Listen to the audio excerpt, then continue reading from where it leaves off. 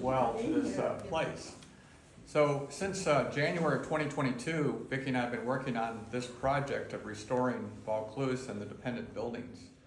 And as I was busy working on the rocks over here where the cabin is, and that's what I'd like to be able to show you tonight, there's a light on in it and we can use our lights to go around to it. I would always ask myself the question, how did we get here? And what is the significance of this place and Spencer County? And what's become very clear is that this building we're in and this property is directly related to the Revolutionary War and the whole American experience of self-government. And it turns out that much of this county is in the same situation that we've come to learn through the efforts of America 250 group and the documents from the Historical Society and other documents that Vicki and I have been searching for as we've gone to Pennsylvania to look at the origins of this house and other references from the Filson Club and other documents that are historical in nature from the various county courthouses. So what we want to do is just spend a couple minutes talking about this place, how we got here, what's the significance, and I'll start it out and then turn it over to Vicki because she has been greatly involved in the details of what's going on. And our objective is to kind of bring an overview of how we see the history of this, get your input on that, and then really try to figure out what else do you know and how we can develop the organizing history of this place. It's not clear to me at this point that we even know the origin of Taylorsville exactly. Who was Taylor? And we know, however, a few things about that period because at the time Carlin was purchasing the land warrant that later turned over to Yoder, and then the Yoder family passed it down to us about 225 years later. And it turns out that the Glisson family is related to the Yoder family through his mother, who was Jacob Schenkel Yoder. He was named after his mother's maiden name, Schenkel. So the Glissons have a connection. We're not descendants, but we're connected. And then, of course, Vicki's family was very close with the Knox Brown family. And so that's the connection of our family to this family. But as I was working on these rocks, I was thinking of all the different things I learned in school and the things that I had read. And I kind of organized them into three different key periods in terms of this place. And it not only applies to this place, but also the whole place of this region that includes Spencer County. And the three different ways I organize it in my mind are around the whole business of the charter, the double cross, and the resolution. This is the way I think of it, and I welcome you to add to it or take away from it, but this is the way I think of it, and this is the way I think of why was this place such an important piece in the American Revolution? We weren't the ones complaining about taxation without representation, although that's what you always hear, and that was a true statement. The issue here was not about taxes. How could you find us? We're out in the woods. There's no road. There's no railroad. There's just a buffalo trail and some rivers and streams.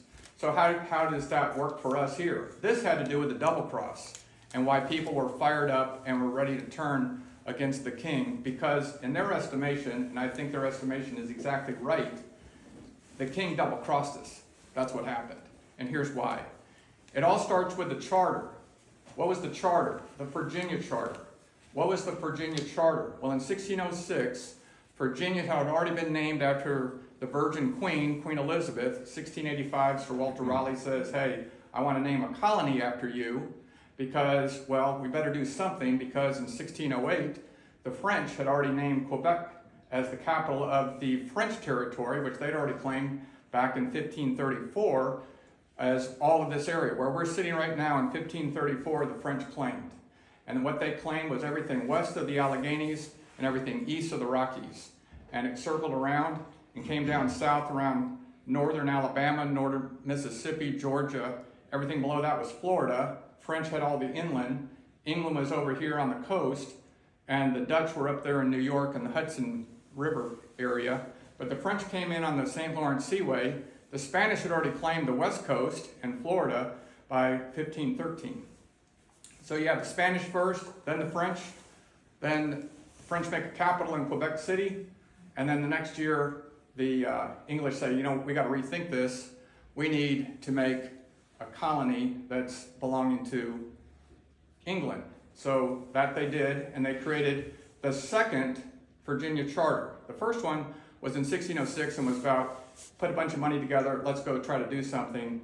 1609 they redid it, and it was based on what all the people in England believed and knew was the case. It was British law for over 400 years, and that was the Magna Carta. In 1215, the Magna Carta is established. King John was a terrible king. He was awful.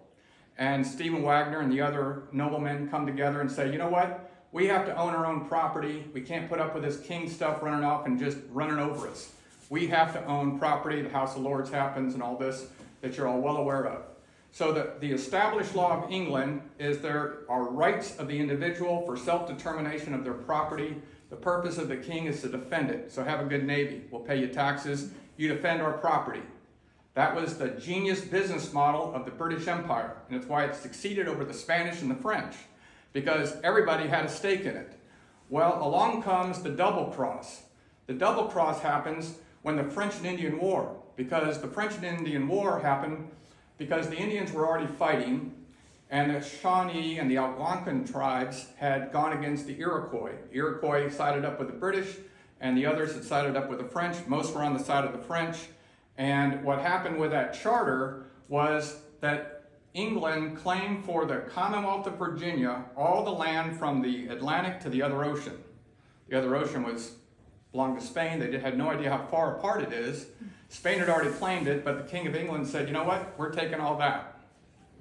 Well, they name it, but they realize they don't really have it because the French were in the way in the middle. So the French and Indian War happens, and the Iroquois defeated the Shawnee.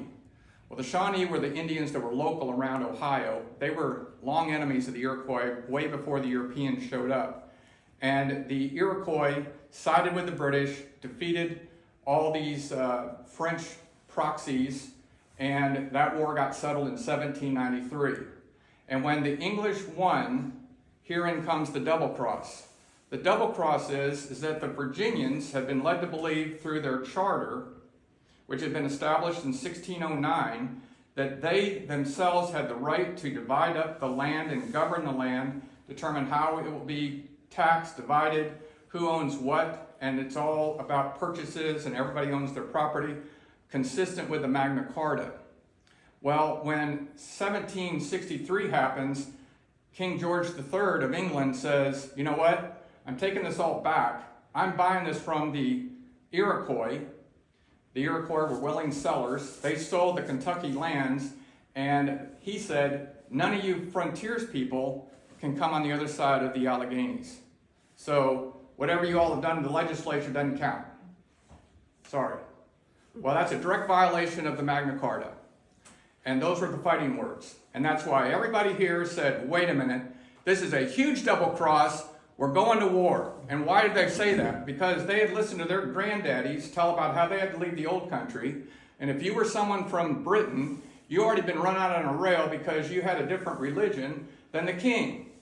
And they were all fighting over the king of the church and the pope of the church, and who's on first and who's on second, and they had enough of it, and they were on the outs. And if you were on the outs with the king, you never were going to be anybody. So off they go. Meanwhile, those of French and German descent, if you were a French speaker or a German speaker, you'd already been hiding out in Switzerland because you'd been run out on a rail by the Edict of Nantes being reversed by King, the Bourbon King, Louis XIV. Louis XIV reverses the Edict of Nantes, so now if you're not on the in with his religion, you're going to be confiscated and lose your life. So all these Protestants leave. Well, the grandfather of this builder, Johannes Yoder, he was one run out, and he led the family over to Pennsylvania. And like everybody else that came, they came down from Philadelphia and went through the southern part of Pennsylvania into the Shenandoah Valley, came down to the Cumberland Gap, and came through the Buffalo Trail called the Wilderness Road. And here they're hearing about some guy in England telling you that the whole deal from the Magna Carta to the Charter in '69 doesn't count anymore.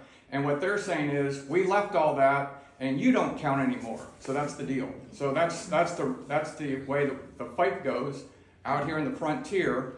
And the English had hired the Shawnee, who had been the losers to the Iroquois, to come down and capture and bring back to Detroit, where the governor was for the English, as a capture, or bring back their scalp, and we'll pay you one buckskin. And that's what put the Shawnee Indians at odds with the frontiersmen who were coming down here. They didn't live here. This was the hunting ground, but it had been sold to the English through Virginia in 1763, and the Shawnee had no claim because they had lost, and they had sided with the French. So that's how that was settled.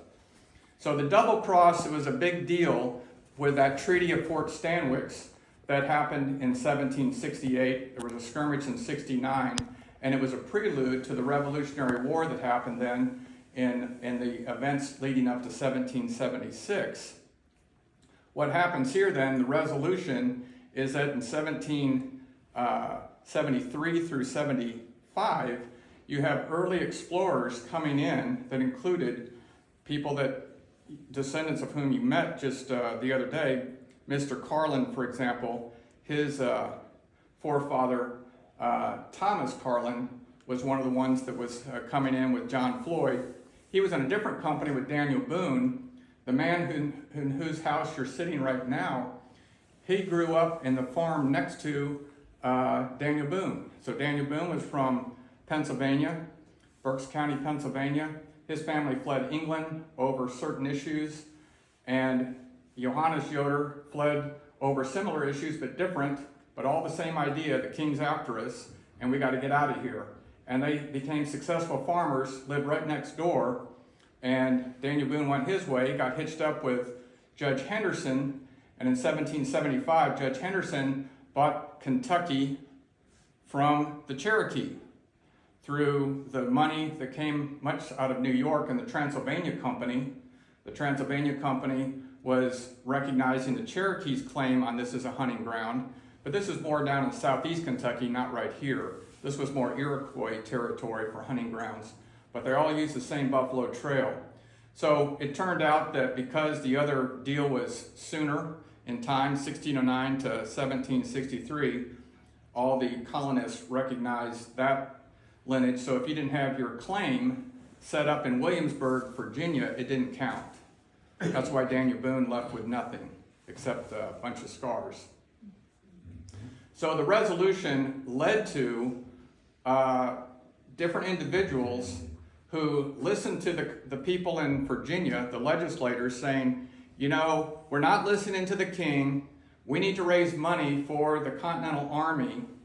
And the way we're going to do it is we're going to continue to sell land, and in this case, land warrants for the real estate that's over here in this new place called Kentucky. And the way they arranged that was through Virginia law that they passed in 1780. George Washington and the Continental Congress had just put together the Army Corps of Engineers just before that, and the idea was that the folks would be able to come out and survey and make land warrants, and Virginia then could raise money from speculators to pay the soldiers to fight the British. And cleverly enough, that would also then incentivize all the investors. Whose side are you on? Well, you really know what someone believes when you know where they put their money. Talk is cheap, but money's real, and when you put your money here, it means that's what you believe. It doesn't matter what you say. That's what you believe, because you put your money there. And so that was the motivation of all these individuals on the East Coast and the colonies saying, look, 1780, the war's not over. It's not clear that the colonies are going to win, but I'm willing to bet on it. So we know about the fella that was named Shepherdsville. He bought a bunch of warrants. It doesn't mean he owned the land, but he had the right to develop the land. He bought those in 1780. We also know there's a fella that was named Flynn, F-L-Y-N, who bought warrants. Same time, I don't know if he was working with Shepherd. This is a question we need to know. But the idea is they bought that in 1780 that then allowed other individuals to come along later, and the later it did. In 1783, when the Paris Peace Treaty is signed, the war is over, and the United States wins against England. Those warrants now are worth something, and that's when you start seeing transactions happening. So we have a land warrant, 1784, that happens on this property, and it's a warrant that then becomes perfected as a deed with a survey in 1791, and then the deed being granted in 1793. And then it was sold to Jacob Yoder in 1801, and then it was sold to us in 2022, right? So anyway, it's hard to keep all these dates straight. But the idea is that these things got resolved, and what we know about this whole area is everything was under a land warrant here pretty much. And the whole thing is, how do you get your property back to that 1783, 84, 85 period? And whatever information you have on that, that's what I would think would be a very useful thing to all of us here.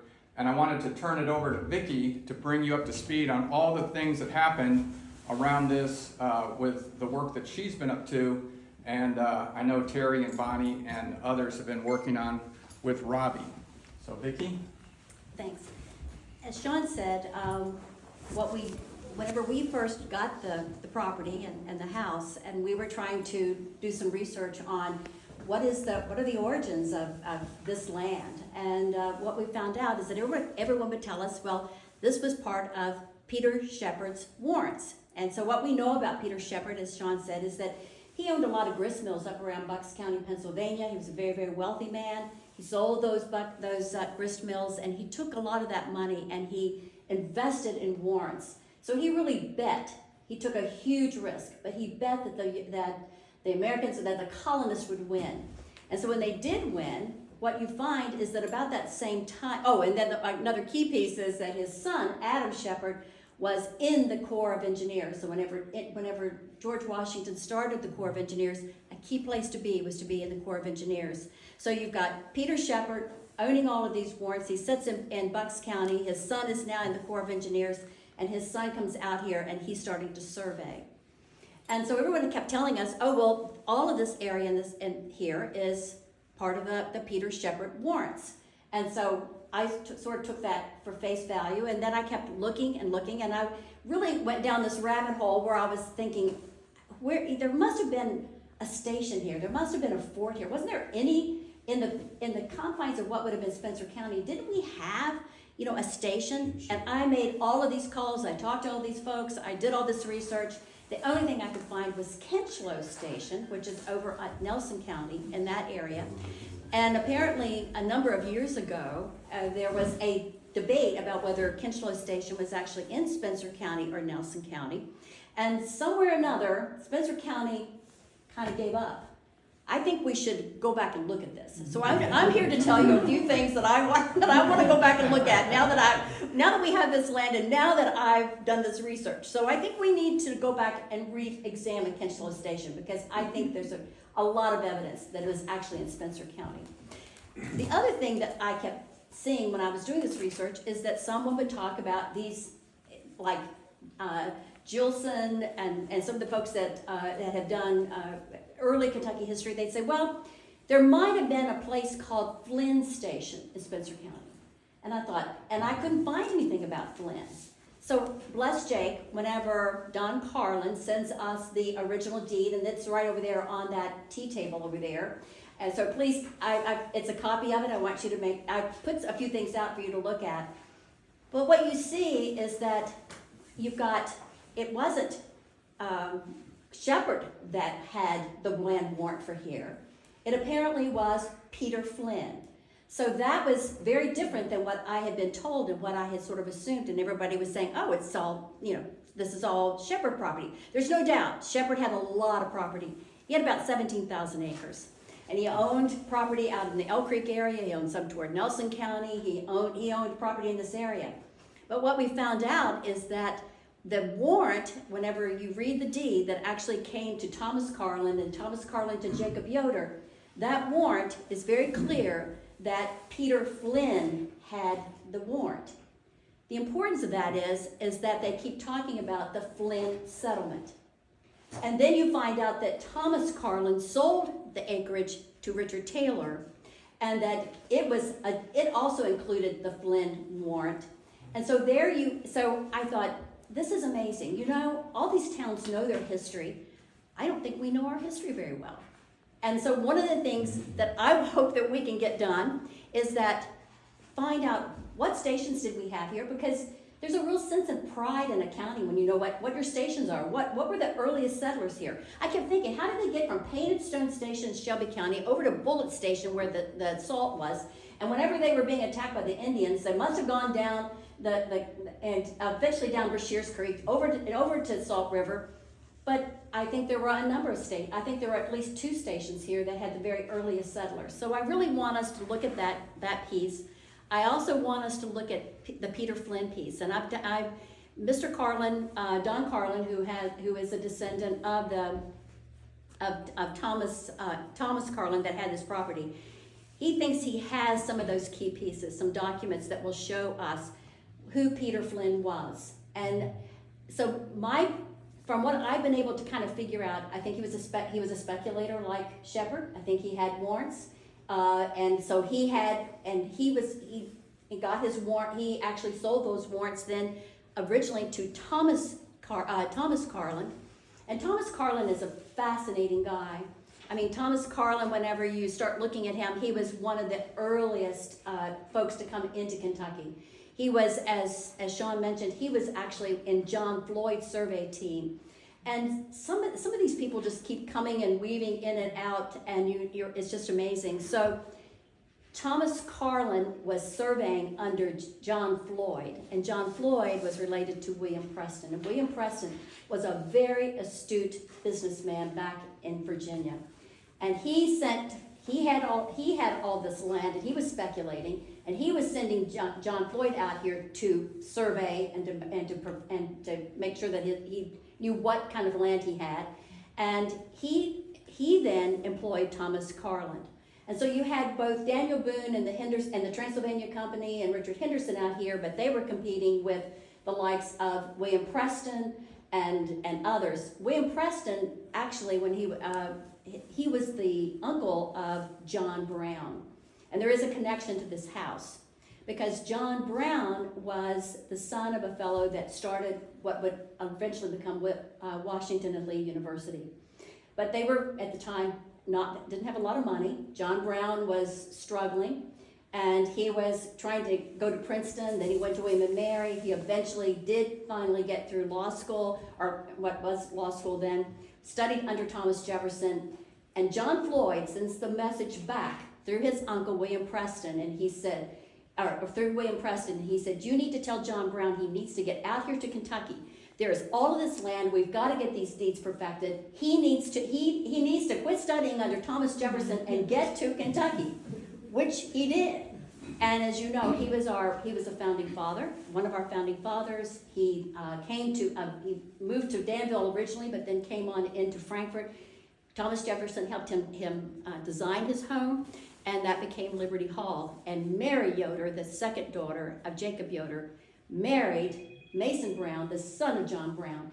And I think about that girl. I think, here she is out here in the middle of nowhere. Her father probably had little to no education. He left home at 13 because his parents had divorced, and he was struggling. He takes these cattle and horses, and he's trying to sell them and go west. He finally joins the revolution and with the militia. He joins the militia, and his militia unit gets attached to George Washington's army. But she was out here, and I think that's one of the interesting things about the library. When you see what they're reading, though, the type of things they're reading in Greek and Latin. They're reading all the classics. It's amazing. But still, she was out here in the middle of nowhere, and then suddenly you go to Frankfort, where your husband is the circuit judge, your father-in-law, and you're living with your father-in-law and mother-in-law. She was from New York City. Her father was a very well-to-do Presbyterian minister. her father was the, has the friends of the likes of James Madison, James Monroe, all these folks. I can't imagine poor little Mary Yoder picking up and going to Frankfurt, and how difficult that must have been. They did say that she took two things, though, from Vaucluse when she went to live at Liberty Hall. And she took yellow lilies, and she took the yellow daffodils from here at Liberty Hall, or from here at Vaucluse, which are still blooming in the spring. And so I always think of her. Anyway, to me, there are so many unanswered questions. We need to figure out, what stations did we have? Where were they? Is actually Taylorsville Flynn's settlement? Is that the actual origins? Not Richard Taylor, and he took 60 acres and went to Shelbyville and said, let's get this approved. It actually started, I think, with the Flynn settlement that then became Taylorsville after Richard Taylor bought the land. And then what is, who had the warrants here? Where are these 16,000 acres that Shepherd had, but what did Flynn have, and what was his role? So, I think there's so many unanswered questions that as I've gotten into this, you can really go down a rabbit hole quickly, as you might guess.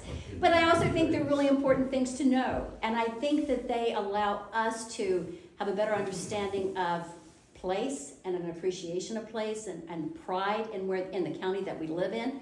So to me, those are very important. We particularly need to know, what's the history of Taylorsville? How did it start? Who started it? And because if you know those kinds of things, particularly as we're heading into the 250th anniversary, of the signing of the Declaration of Independence, how much more pride can we have but the wonderful folks that came in here, what they did to be able to perfect their deeds, and have that kind of pride of place. So I'm hoping that as we kind of take this journey together, head toward the America 250 and the 250th anniversary, that we will continue to look at these issues, work on them. Our little committee it's small but mighty. We only started out with 2 or 3 Revolutionary War soldiers. We're now up to 61. 61. It's amazing. All these cemeteries that have been, identified now, where you've got Revolutionary War soldiers, and as Terry says, we're going to move on to Civil War next. So this is going to go on and on. But I think it's very important for our county and to have a deeper sense of pride in where we came from, because we've got some really magnificent folks that were here, and their roles are just amazing.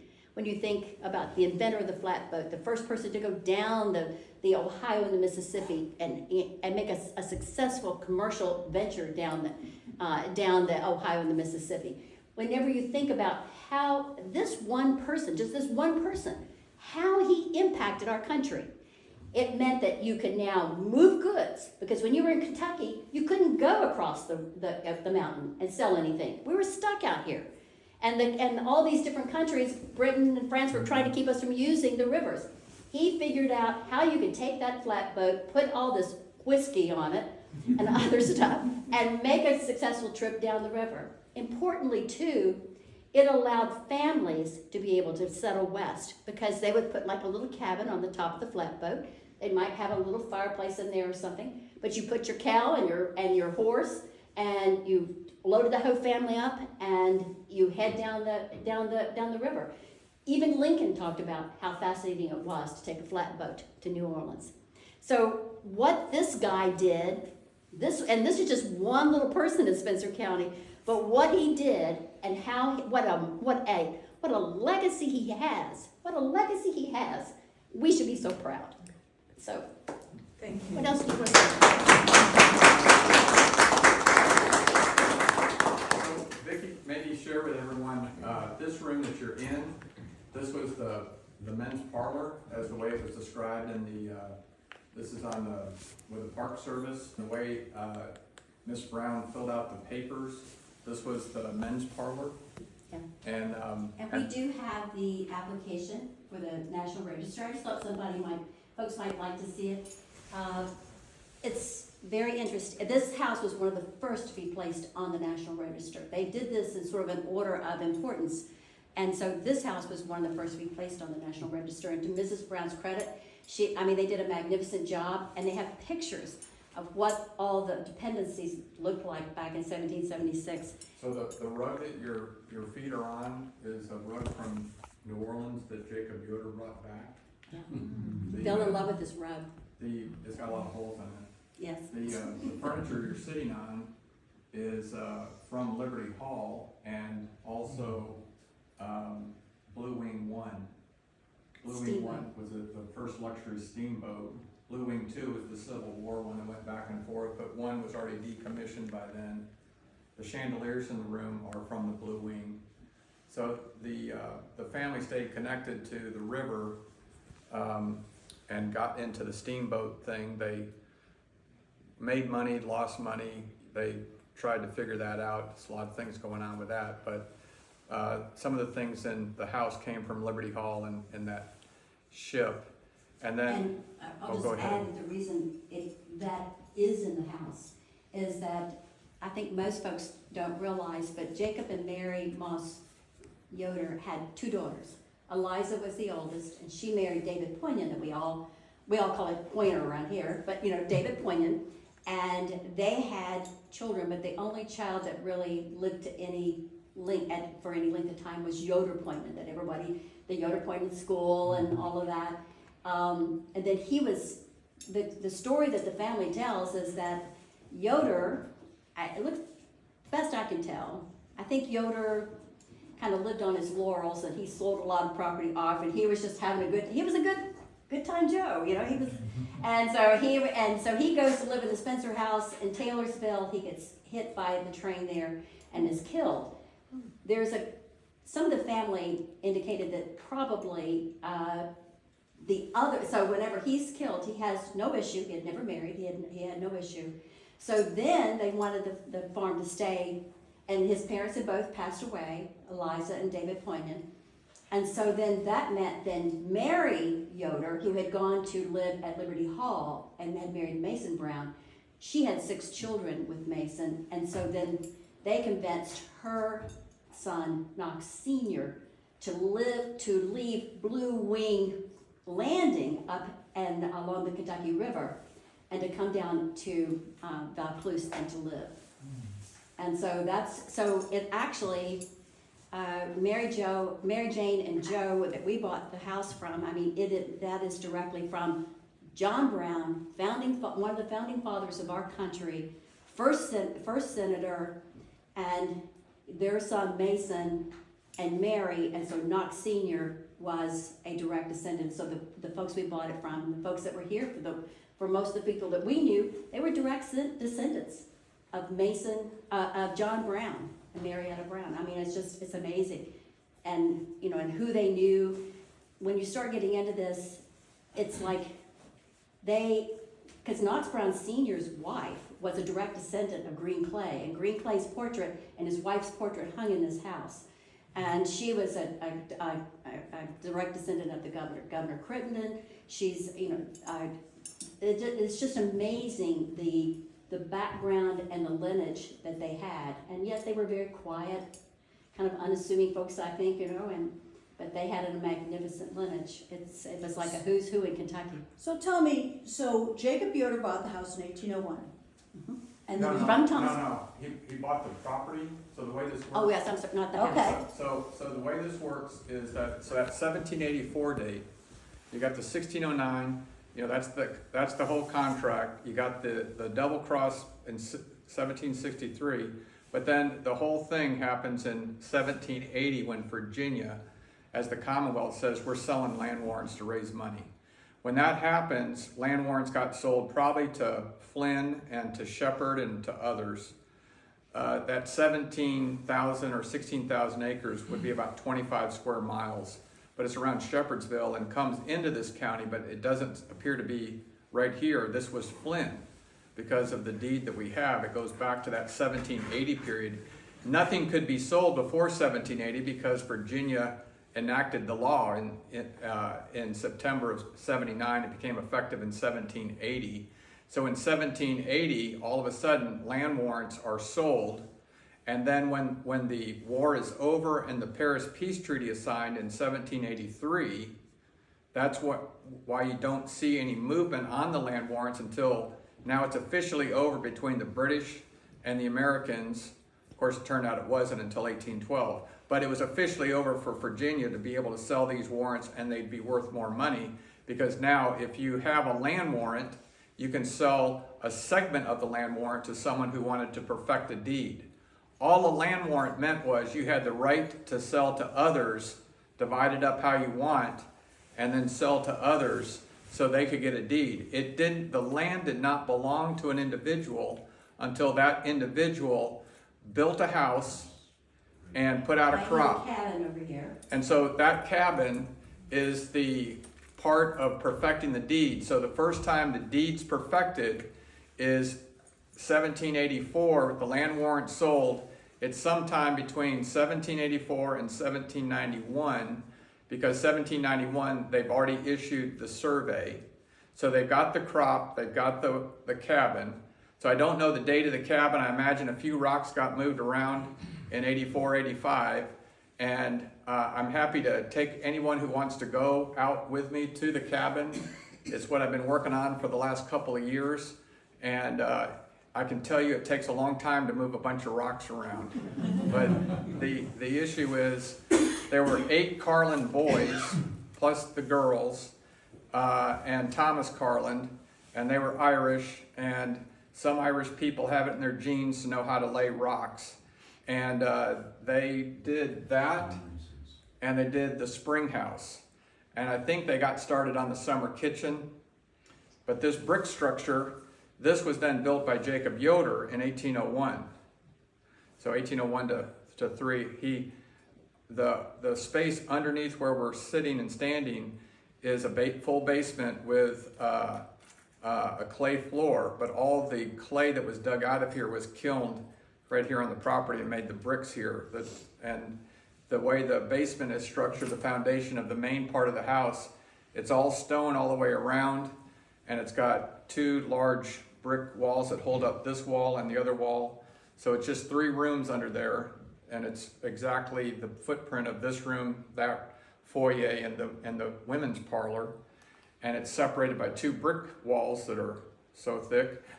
And the external is the rock, the top is the tulip poplar. And Sean's Floor. gonna make it his man cave. Yeah, The new man parlor. yeah, that's right. Go So down and anyway, read a that's, Berber or something yeah. and everything. it'd be real good with the right lights and everything down there. But, Are y'all planning to live here at some point? well, we're living here right now. You are living. No, not really. We're alive when we're here. So right now, what our plan is to restore the building. So I learned I knew the 3 words, but I didn't really know what they meant legally. So the word restoration, when it comes to architectural law, restoration, reconstruction, and preservation. So they're similar, but they're not the same. So a restoration is where you're trying to take whatever it was, use all the materials that are original, and restore what you don't have. So these windows are restorations. This house is a restoration. The plumbing that was put up in the back and on the second floor about 100 years ago, that's coming out. So the house is a restoration, but I really do enjoy plumbing. So we have approval from the history folks. The Heritage Council. Yeah, the Heritage We're Counter working with the Heritage Council. and the Park Service to do what's called a hyphen room. That's a term I just learned about a year ago, where you connect a summer kitchen to the old structure, and so I got to restore the rock building, which is the summer kitchen. So we'll leave that alone as much as possible, but then reconstruct the rest of it the way it was. We have some pictures. The cabin, the chimney is a reconstruction or a restoration where it's the original everything and repaired. The cabin itself is a reconstruction, so it looks exactly like it did. It's on the exact footprint, but there was nothing to restore. It was all gone. So they said you can do whatever you want with it, but I reconstructed exactly on the footprint. And then the height and everything is the same. Even Restore the chimney though. yeah, the chimney's a restoration, and the building is a reconstruction on the same exact footprint with all the pictures that we had, with the measurements that we made based on the size of the chimney and the size of the doorway. In this other room that we've got kind of blocked off, that will have some other event. It's still under construction, but that's the library that was not really a library, but that would fall under the category of a preservation. So we didn't do anything to the walls. These are the horsehair, plaster walls over brick. But in there, that's all they consider that with the Park Service to be furniture. Now it looks built in, and it is, but we didn't really attach it and drill holes in the walls. We attached it just to some wood. So I mean, it's in there. It's not moving, but it's top to bottom, and that would be a preservation project to preserve the books. All those books in there are the books of the house that they really have no street value, but they have a lot of historical value for this property and the story, because you can tell everything about a person by the books that they're reading and what they spent their money on. So when someone spends their money on something, and books cost a lot back then, that's what they believed in. They thought it was important to have it. So we're preserving all that, and Those books were all up on the third floor, up in the attic. yeah, they were in the attic. And they were in terrible shape. So Vicki and Robbie spent a whole year cleaning these books, and then I had my man Stuart work. He's a wood guy, and he's the one that's done the restoration work with the wood. I'm the rock guy, and Stuart was the wood guy.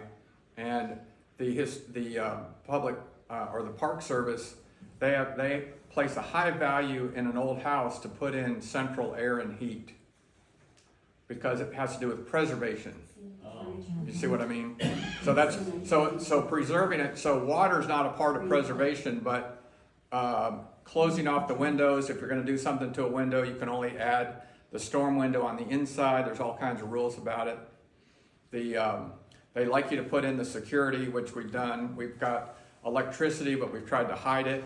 We're not going to do anything to this. This is part of the history of the house. But the electricity is a key part of preservation, even though it doesn't fit with restoration. So it's a constant tension between those three terms, and that's what we've been busy trying to work through. Well, and as Sean said, when we brought the books down, we actually, after cleaning them, we actually went through and looked at each book and sorted it based upon whose name was in the book. And most of the books had a name and are a book plate. And so what you'll see in there is that we've been able to arrange, starting with the oldest all the way to the last one is Mary Jane and Joe. We have been able to separate them and say, this belonged to John Mason Brown, this belonged to Margaretta Brown, this belonged to John Brown. So we've been able to segregate them, and you do learn a lot about a person whenever you see the books they read, and you start putting it together, and you see that you really feel like you have a connection with that person. Do you go back to the Yoders at Yes. that farm? Yeah, it goes up. There's just a few that Jacob and Mary had, and then Eliza's got a lot of the books in there. I think they were very proud. I mean, these books probably cost a lot of money, so they put their name in there. They had book plates. They're beautiful. And so I'll just say this too, that whenever we bought the farm and the house and so forth, then we were at the closing, and Mary Jane and Joe said, well, I guess we need to give you a key to the house. And I said, oh yeah, okay. And so she handed me this. And I thought, I laughed, and then she goes, oh no, I'm serious, that's the key to the house.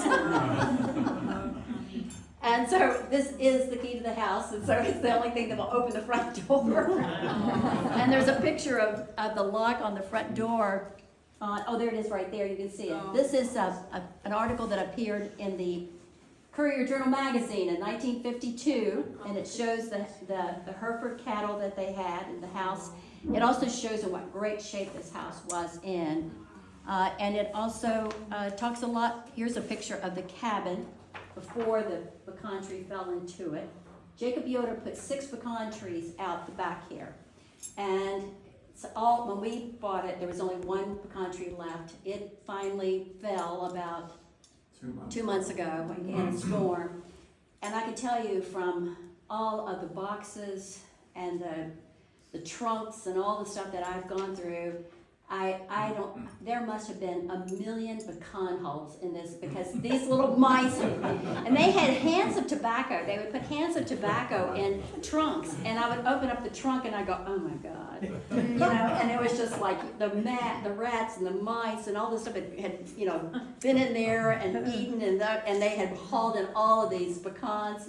But anyway, the last pecan tree finally went. The last thing that also the piano, you want to talk about the piano for just a minute, Sean? So this is a Because Myers, the family left a lot of furniture here. this is a Myers piano that company's not in business anymore, but their claim to fame was a metal piece that kept it in tune that all the subsequent pianos use. So Steinway. They were big competitors. So to anyway, Steinway. that piece was purchased by the family after 1851. And what had happened was there was a show going on that came to Louisville, and it was through New York, and it was P.T. Barnum, and he had hired a singer. They made a movie about it, this Jenny Lind. And Jenny Lind was a good singer. There's no recordings of her because it's before recordings. But that was the story, that she was the best singer in Europe, and he heard about her and put her on tour. And he had a whole bunch of other folks on the tour with him. None paid as much as her, but one of the individuals that was on the tour was a new songwriter. And that was a fellow that was living down in Bardstown at a judge's house, Judge Rowan, and he wrote a tune. Stephen. Yeah, it was Stephen. Cousin And Stephen. Stephen Foster wrote a tune, and the tune's kind of famous now in these parts. And it was first sung when Jenny Lind sang it in Louisville in 1851 at the show. Being accompanied with this. And this was the piano that accompanied it. was purchased to accompany Jenny Lind So- when she was doing her concert. So my old Kentucky home was performed for the first time on this piano. Oh, wow. I want to tell you, Bonnie and I were invited to Mary Jane's wedding. Mr. Knox Brown had her when he was, I think my dad said he was 62. And so they had the wedding down at the Baptist church. And he had a stroke, and his left side of his face was drooping, and he was totally bald. And I think he was 84 at the time. And then we were invited out to the reception, and when he turned, and when he gave Mary Jane away, he turned and just broke down. I've never cried at a wedding, except at that wedding. It was, I can remember that. Bonnie, you remember that, don't you? He just leaned a over. white sport coat and Yeah. a black tie, And just leaned. tears were rolling down his cheeks. So then they had the a contrast between the young daughter and the older father was just amazing. And then he had the reception out here, and we still remember Mr. Knox standing out here on the portico in his white coat and leaning over and shaking everybody's hand and welcome to the reception here. And it's something that you just never. Well, and I've heard about this reception for years, about how wonderful it was and how special it was. And my grandmother, I love recipes, particularly recipes that are handed down in families. So my grandmother kept saying, oh, this lemon icebox pie that Christine Stone makes. Because Christine Stone was someone that did a lot of catering in this area, and she lived in a little cabin right down here by the road, and she took care of the Brown family, but she also did catering. So anyway, finally I thought, I'm going to do a cookbook on old family recipes in Spencer County. So because remember, I just did a little cooking column for a while. And it's amazing how much you find, because people send you their recipes. so I thought, I'm gonna collect all of these, and so, but I thought, I've gotta have that lemon icebox pie, because my grandmother talked about that, and it's so special, and it was, she said, oh, when you go to Miss Knox Brown's, you know, you get lemon icebox pie. Well, I called up Christine, and I don't know whether she just didn't want to, you know, because there are folks that don't like to share the recipes. But when I called her and I said, I tried to explain to her who I was and how I was really wanting this lemon icebox pie recipe, and she would just sort of cut me off, and she was like, I don't know what you're talking about. And I was like, oh, but my grandmother and my mother talked about this lemon icebox. Well, I didn't get anywhere. But I had spent days, every piece of paper I'm looking to see, oh, lemon icebox pie, lemon icebox pie. I do have the recipe book that was probably, it's at least Eliza's recipe book. It's right behind you. It's one of the recipe books I found in here. And I made gingerbread to commemorate it, because it's her recipe at the top. She says, excellent gingerbread. And then she also has a recipe there for Charlotte Russe and for cookies. And so I thought maybe you would really enjoy having gingerbread. And I put the recipe book there so that you could see it. What we can do is, when we leave this room, if everybody promises not to touch the books, I know it's almost irresistible, but we're getting glass doors and all that, and I don't have the top done yet. So it's still being reconstructed, but I'm happy for you to come through I guess we're calling it the library, but that was the women's parlor. The rest of the house is under construction, so we're not going there. We But, can go to the one bedroom though. Okay, well, Yeah. you can do You that. have to see the bed.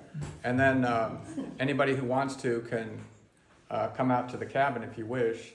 It's a little bit dark, but I think we all have flashlights now. Anybody that's not afraid to go out there, you can go out there on the way home. Let me move this too. Thank you very much for coming. I have to get you exactly the way it was, but poor little Mary. She wasn't a looker. And so Margaretta was writing her friends and saying, well, she seems like, like she's got a good personality. And she said she is no looker. But she did say, but I think she comes financially means. And I thought, okay. But Mary Yoder, Mason died maybe 10 years after they married. I mean, they had 6 children. But when you go to Liberty Hall or any other, they talk in such great terms about Mary Yoder. She kept that family together. She kept their assets together. They really credit her with keeping all of it together. And then when she passed away, she kept it all intact. So she was, I think, really quite the business person. And even though she was poor little Mary Yoder, and she left Vaucluse and went to live up in Frankfurt in the big house, I think she was the tough one. She spent most of her time at Blue Wings Landing at their farm up on the Kentucky River. She loved it there. She loved it there much more than she liked being in Frankfurt. Tell us about the, Yeah, you take a picture now. It's all messy.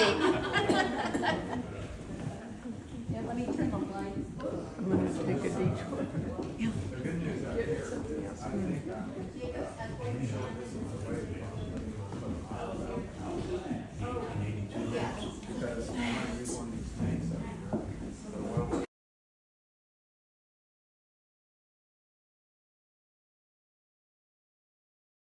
Was the trash from all years, like, Yeah. 100 years worth of trash or 200 years worth of trash? Well, or they had pulled things out, and documents and letters, and it was just scattered everywhere, and, it was just, yeah. But, and up there, those are all quilts, old quilts. And one of the quilts is the quilt that you saw in the 1952 article that Mrs. Brown was holding a quilt, and she was in this bedroom. And so we'll probably show that at the America 250 next July 4th. I think we're going to get it. The Filson Club has come out to look at it, and they're bringing somebody else that knows more about textiles. But all these quilts, see that box under there? Those, I don't know where they got these things, but they were here, they were up in the attic, and you would open it up, and it was correct. But they had the hands of tobacco were almost perfectly fine. The rest of it was a Creatures didn't want to eat that. All the books that you found? Doesn't your bed look like this, baby? Doesn't your bed look like this? Don't you get, don't you crawl up about, 3 feet to get in bed? Yeah, the steps are to get in the bed.